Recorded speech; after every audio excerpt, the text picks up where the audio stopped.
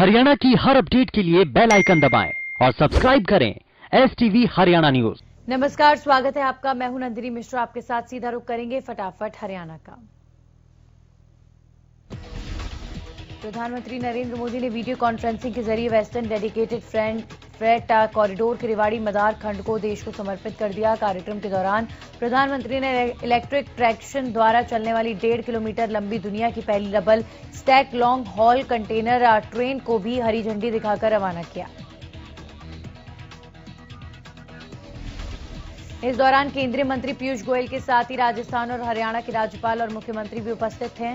PM Modi ने कहा कि आज हरियाणा के न्यू अटेली से राजस्थान के न्यू किशनगढ़ के लिए पहली डबल स्टेट कंटेनर मालगाड़ी रवाना की गई है। ये अपने आप में बहुत बड़ी उपलब्धि है। भारत इस सामर्थ्य वाले दुनिया के गिने चुने देशों में अपनी उपस्थिति दर्ज करा रहा है। पीएम मोदी ने कहा कि कुछ ही दिन पहले भारत ने कोरोना की 2 मेड इन इंडिया वैक्सीन भी स्वीकृत की है। भारत की अपनी वैक्सीन ने देशवासियों में नया आत्मविश्वास पैदा किया है। आज हर भारतीय का आह्वान है कि ना हम रुकेंगे, ना हम थकेंगे। हम सब भारतीय मिलकर और तेजी से आगे बढ़ेंगे। पीएम मोदी ने कहा कि जब नए साल में देश का आगाज अच्छा है तो आने वाला समय भी शानदार और जानदार होना तय है। इतने शिलान्यास इसलिए भी महत्वपूर्ण है क्योंकि भारत ने ये सब कोरोना संकट के कालखंड में किया है। इस समर्पित फ्रेट कॉरिडोर को अगले दशक में भारत के लिए एक गेम चेंजर के रूप में देखा जा रहा है।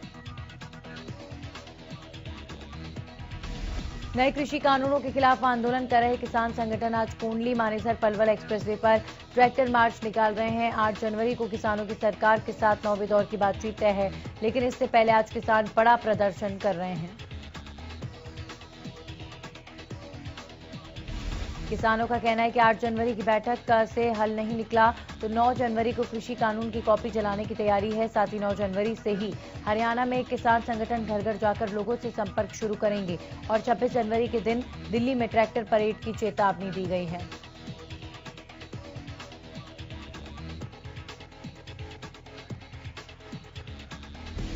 किसानों की ओर से की जा रहे ट्रैक्टर मार्च की किसान नेता राकेश टिकैत अगुवाई कर रहे हैं। आज धरने पर बैठे अलग अलग जगहों पर किसान ट्रैक्टर मार्च निकाल रहे हैं।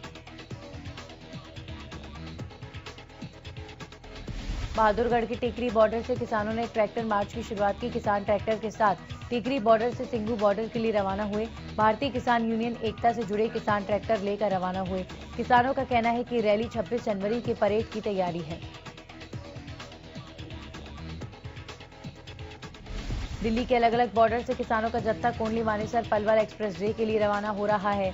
इसे लेकर सुरक्षा के कड़े इंतजाम किए गए हैं। केएमपी एक्सप्रेसवे पर पुलिस और अर्धसैनिक बलों की भारी संख्या में तैनाती की गई है।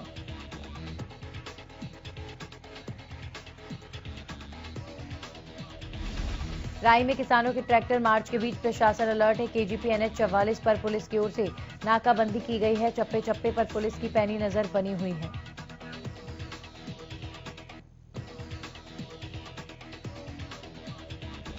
गोहाना से ट्रैक्टरों का विशाल काफिला केएमपी के लिए रवाना हुआ। हजारों की संख्या में किसान अपने ट्रैक्टर के साथ केएमपी के लिए रवाना हुए। गोहाना सोनीपत रोड पर ट्रैक्टरों के काफिले के चलते सड़क पर भारी जाम लग गया है। किसान लगातार 3 कृषि कानूनों को रद्द करवाने की मांग कर रहे हैं।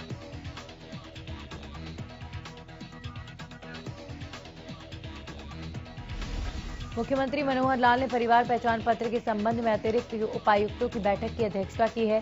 इस दौरान सीएम मनोहर लाल ने कहा कि परिवार पहचान पत्र प्रदेश में व्यवस्था परिवर्तन का आधार बनेगा। मुख्यमंत्री परिवार पहचान पत्र के संबंध में प्रदेश के अतिरिक्त उपायुक्तों की हरियाणा निवास पर आयोजित समीक्षा बैठक की अध्यक्षता कर रहे हैं।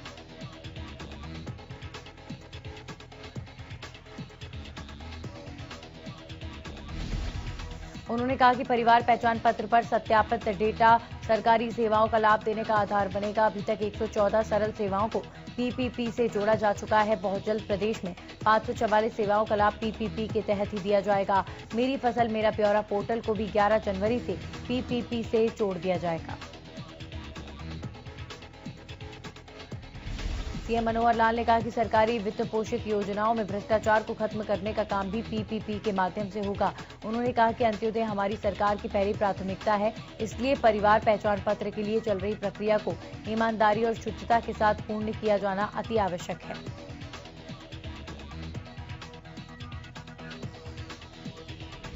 मुख्यमंत्री मनोहर लाल ने कहा कि हरियाणा देश का एकमात्र राज्य है जहां पर हर व्यक्ति के विकास के लिए परिवार पहचान पत्र योजना में काम किया जा रहा है।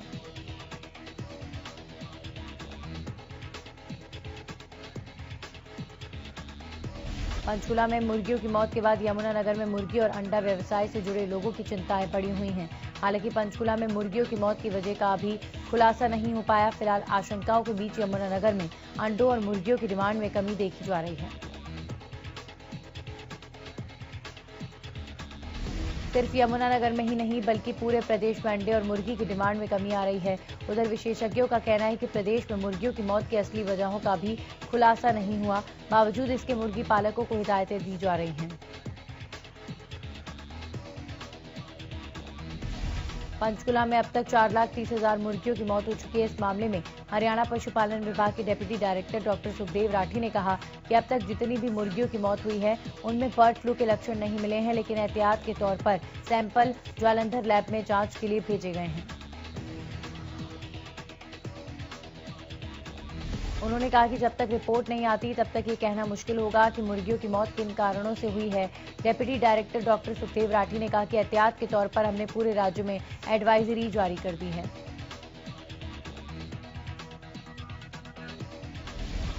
सोनीपत पुलिस ने आगवानपुर के सरपंच बलराज को पंचायती रिकॉर्ड गायब करने के मामले में गिरफ्तार किया है। आपको बता दें कि सरपंच ने पुलिस को शिकायत दी थी कि पंचायती रिकॉर्ड गायब हो गया है, लेकिन पुलिस ने इस पूरे मामले में पूछताछ करने पर पाया कि सरपंच ने ही रिकॉर्ड गायब करवाया था।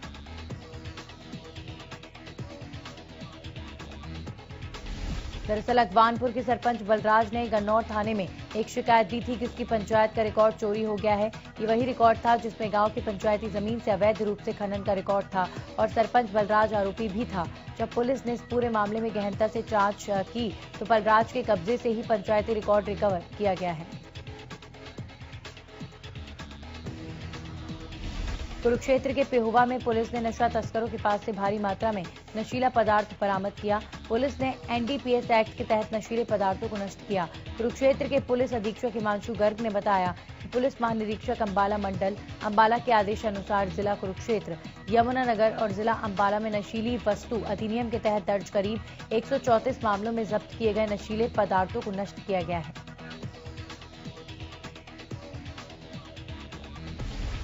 यमुनानगर, अंबाला और कुरुक्षेत्र पुलिस की ओर से दर्ज किए गए 134 मामलों में जब्त 11 क्विंटल चूरा पोस्ट और 300 ग्राम चरस, 64 किलो गांजा, नशीली गोलियां और इंजेक्शन बरामद किए गए। पुलिस ने सभी नशीले पदार्थों को नष्ट किया।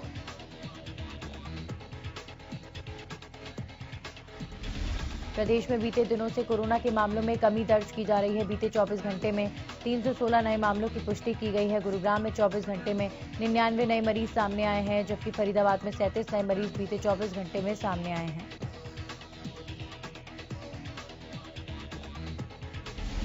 सोनीपत में 7 नए मामले सामने आए हैं, वहीं हिसार में 10 नए मामले 24 घंटे में सामने आए हैं। इसी के साथ प्रदेश में अब तक 2,63,887 कोरोना के मामले सामने आ चुके हैं।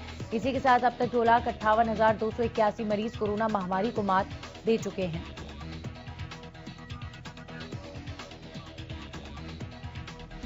प्रदेश में भले ही कोरोना के मामलों में गिरावट देखने को मिल रही हो, लेकिन अब कोरोना के नए स्ट्रेन के मामले आने से परेशानी बढ़ गई है।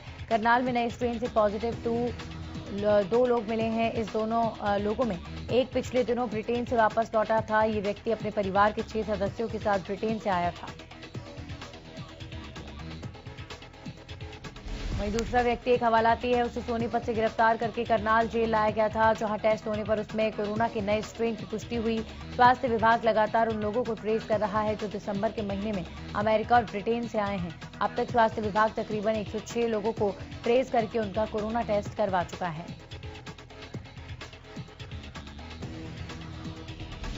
रेवाड़ी के एक युवक में कोरोना के नए स्ट्रेन की पुष्टि की गई। नए स्ट्रेन का मरीज मिलने से स्वास्थ्य विभाग अलर्ट हो गया। मरीज को फिलहाल अस्पताल में आइसोलेट किया गया है। इसी के साथ स्वास्थ्य विभाग मरीज के संपर्क में आए लोगों की जांच में जुटा हुआ है।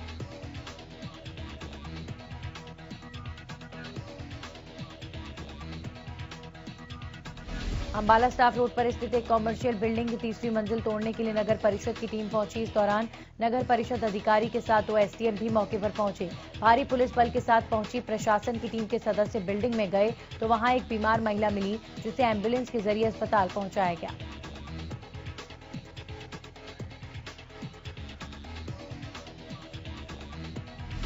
आला अधिकारियों की मौजूदगी में बिल्डिंग को सील कर दिया गया। आपको बता दें कि इससे पहले अवैध निर्माण को तोड़ने पहुंची टीम को देखकर बिल्डिंग मालिक ने खुदकुशी की धमकी दी थी, जिसके बाद प्रशासन की टीम को बैरंग लौटना पड़ा था। एसडीएम सचिन गुप्ता ने बताया कि माननीय हाईकोर्ट का आदेश था कि इसमें कोई अवैध निर्माण है तो उस पर कार्रवाई की जाए।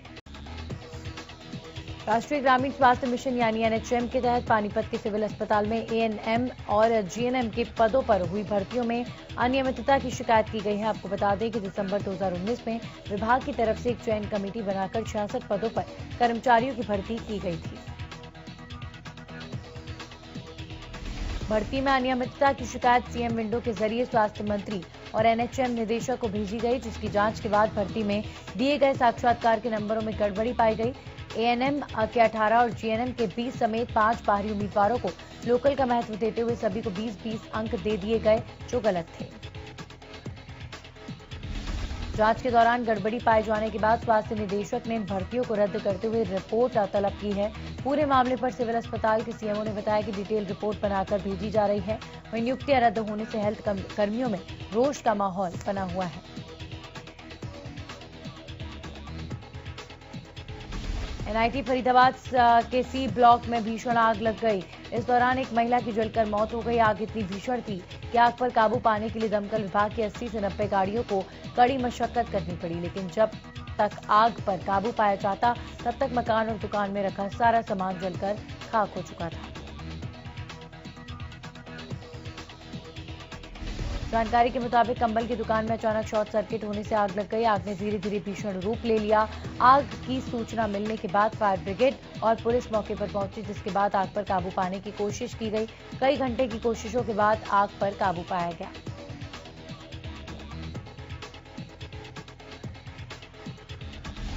गोहाना शहर को जाम से मुक्त बनाने के लिए गोहाना नगर परिषद अब रेहड़ी लगाने वालों को शहर से बाहर जगह देगा। इसके लिए नगर परिषद विभाग के अधिकारियों ने हूटा विभाग और मार्केट कमेटी से एनओसी की मांग की है। गौरतलब है कि गोहाना में रेहड़ी के चलते शहर में हमेशा जाम की स्थिति बनी रहती है, जिसके चलते शहरवासियों को काफी परेशानियों का सामना करना पड़ता है। इसके साथ ही नगर परिषद विभाग प्रधानमंत्री स्वनिधि योजना के अंतर्गत गोहाना में 450 रेहड़ी संचालकों को कारोबार बढ़ाने के लिए बिना गारंटी पर लोन उपलब्ध कराएगा।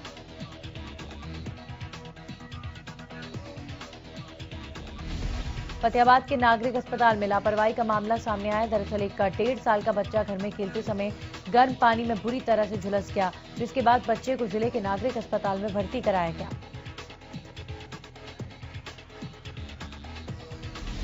बच्चे के पिता का आरोप है कि अस्पताल प्रबंधन ने इलाज के दौरान लापरवाही बरती। जब बच्चे को इलाज के लिए लेकर आए तो अस्पताल प्रबंधन ने इलाज करने की बजाय ऊपर और नीचे चक्कर कटवाए। बड़ी मुश्किल से बच्चे का इलाज शुरू किया गया।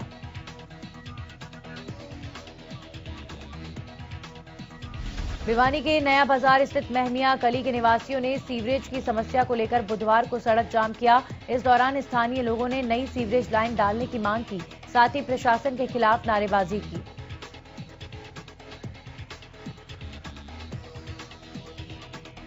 भिवानी शहर की हॉटलाइन कहलाने वाली घंटाघर से लोहारू रोड पर बने गड्ढे लोगों के लिए परेशानी का सबब बने हैं।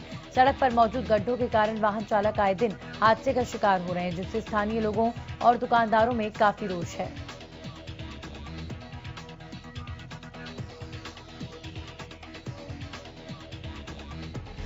कैथल में all Haryana power corporation worker union का रोष धरना 17वें दिन भी जारी रहा। कंवरपाल लाइनमैन और मंच का संचालन ओम प्रकाश सैनी की अध्यक्षता में धरना लगाकर जारी है। धरने में मुख्य रूप से बिजली निगम के अधिकारियों द्वारा निगम में किए जा रहे गलत कामों के बारे में बताया गया। साथ ही अध्यक्ष ने कहा कि यूनियन लगातार कर्मचारियों की ड्यूटी उनके कैडर के अनुसार लगाने के लिए कह रही है, पर अधिकारी यूनियन की मांगों पर कोई ध्यान नहीं दे रहे हैं और उल्टा इसे 2 यूनियन की लड़ाई बताकर अपना पल्ला झाड़ लेते हैं। रोहतक के सापला स्थित संस्कृति मॉडल सीनियर सेकेंडरी स्कूल में विद्यार्थी परीक्षा छोड़कर सड़क पर उतर आए और प्रिंसिपल के खिलाफ जमकर नारेबाजी की। साथ ही उन्होंने प्रिंसिपल का तबादला करने की मांग की। ये हंगामा उस वक्त हुआ जब प्रिंसिपल ऑफिस में एक अध्यापिका बेहोश हो गई और उसे अस्पताल ले जाना पड़ा।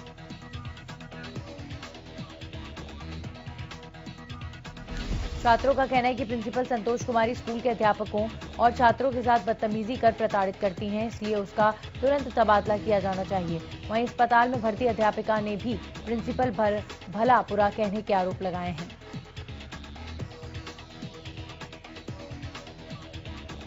स्कूल की अध्यापिका अजीत कौर ने बताया कि सुबह प्रिंसिपल संतोष ने अध्यापिका मधुबाला को किसी काम को लेकर काफी बुरा भला कहा, जिसके बाद वो बेहोश हो गई, जिसके बाद नाराज विद्यार्थियों ने परीक्षाएं देने से मना कर दिया।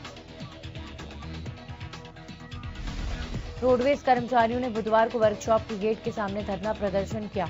इस दौरान उन्होंने जीएम और ठेकेदार के खिलाफ जमकर नारेबाजी की। प्रदर्शनकारियों ने ठेकेदार और जीएम पर मिलीभगत कर ठेकारत कर्मचारियों को नौकरी पर रखने के लिए रिश्वत लेने का आरोप लगाया है।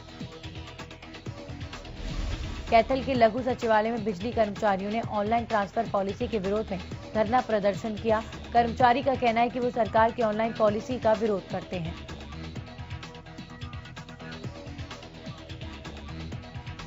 प्रदेश में 9 और 10 जनवरी को एचएसएससी की परीक्षा आयोजित की जाएगी। इसमें ग्राम सचिव के 600 पदों के लिए करीब 6,72,000 परीक्षार्थी परीक्षा देंगे। एचएसएससी की परीक्षा के लिए 17 जिलों में 889 परीक्षा केंद्र बनाए गए हैं। भिवानी हरियाणा विद्यालय शिक्षा बोर्ड द्वारा आयोजित की गई डीएड के सत्र 2019 के प्रथम वर्ष एवं सत्र 2018 के द्वितीय वर्ष का परीक्षा परिणाम घोषित किया गया। परीक्षा परिणाम बोर्ड की वेबसाइट पर अपलोड कर दिया गया है।